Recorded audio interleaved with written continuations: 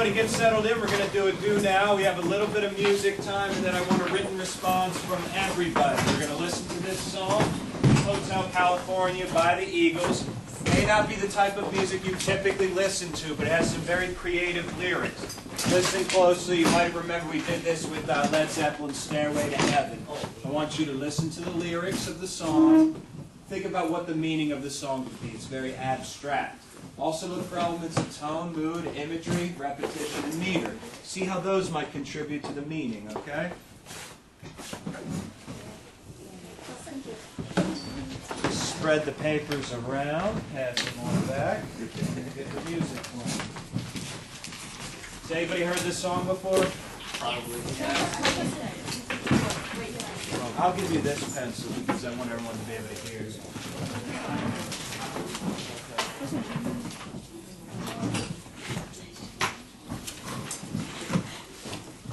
Okay, listen carefully.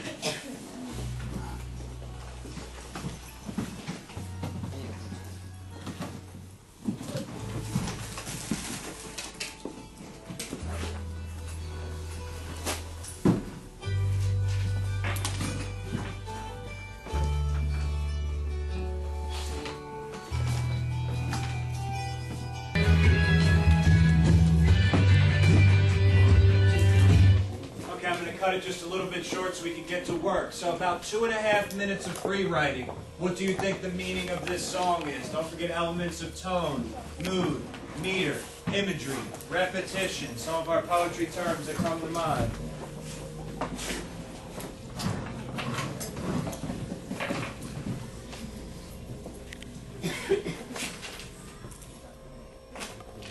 Hear from at least 3 people what they thought the meaning of this song might be. There's really no right or wrong answer here, but I'm curious about what you thought. So let's see a show of hands.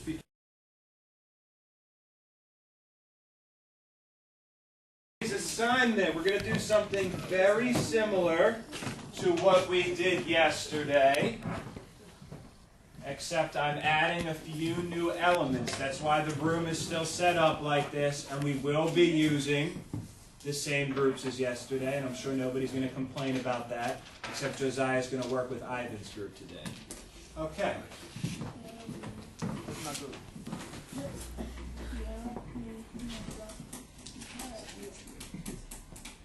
The smartboard is not cooperating, so we just have to look at it like this.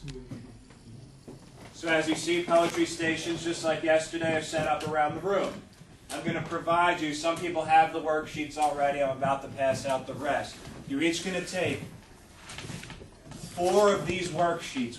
The worksheet is set up step by step. You're going to have steps to follow at every single poetry station. The first couple of steps you're going to do in your groups. So for the majority of the class, we're going to be working in groups. The last step, I want you to work independently. Okay? So we're going to go from groups to working independently. And unfortunately, I know it is Friday, so I want to get through this kind of at a rapid pace. You all want to be working, not chatting or playing, so that we can get through this quickly. That way, we'll have class time to complete our work, and it won't be homework over the weekend. I have some very clear-cut objectives and expectations. So yesterday we looked at specifically how tone and mood contributed to the meaning of a poem. And we tried to figure out what the meaning might be in several poems. Today we're going to do the same thing, except we're going to use all of the poetic elements, all of our poetry terms that we've been learning over the unit. So every member of the class will be able to explain how the poetry terms we have learned in class contribute to the meaning of the poem. Are you clear on the objective, Mark? Ready? Okay. Expectations for behaviors. Yesterday was like, for the most part, 100% on meeting expectations, 100% class grades. The behaviors were spectacular. The participation was excellent. I got awesome feedback from almost every single person in the class on the poems who all worked together. It was wonderful. Pretty much I want to see the same thing today. To review, we're going to remain in our groups. we're going to participate in our groups. We're going to work quietly. What happens when I turn the lights off? Silence. Very good. I don't have to assign groups because we already assigned them yesterday. I'm going for about 12 minutes at each station. If you're working very rapidly, you should have enough time to get your work done. If not, don't panic. The poems will still be in the room. I'll still be in the room to help you along the way, so I don't want anybody having a panic attack here, okay? After the group work is done, you're going to return to your seats. We don't have assigned seats right now because the room's a little topsy-turvy, but I want you sitting and working independently. You're going to want to get this work done. You're going to write about 4 paragraphs after this activity, and I don't think you want to take it home for the weekend. Right. Me either.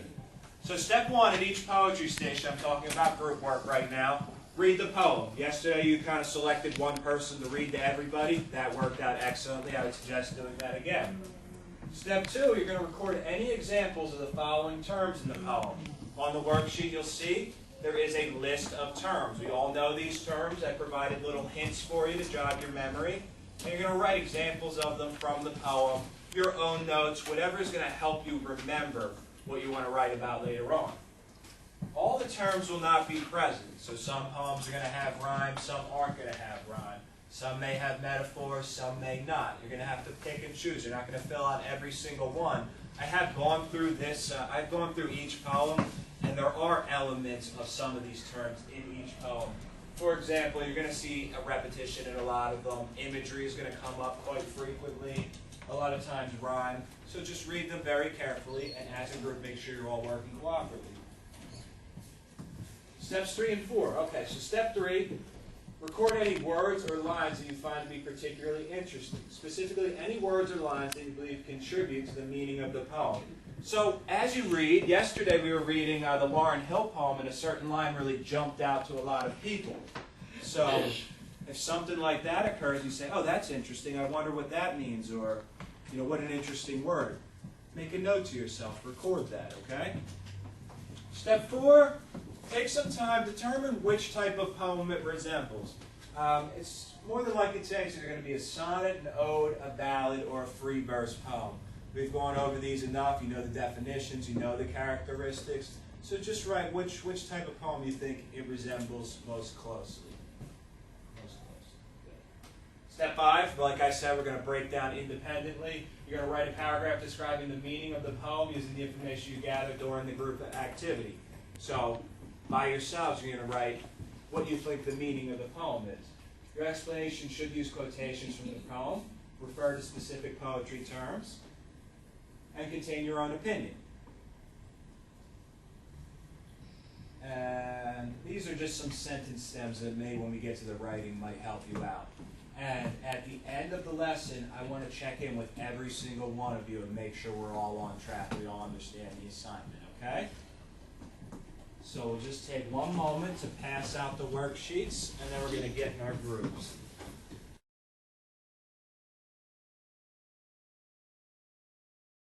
Solitude, pondering my true God, trying to find peace of mind and still preserve myself, constantly yearning to be accepted and from all receive respect, never comparing, never comprising, but sometimes risky, and that is my only regret. A young heart with an old soul, how can there be a peace? How can I be in the depths of solitude when there are two inside of me? This duo within me causes perfect opportunity to learn and live twice as fast as those who accept simplicity.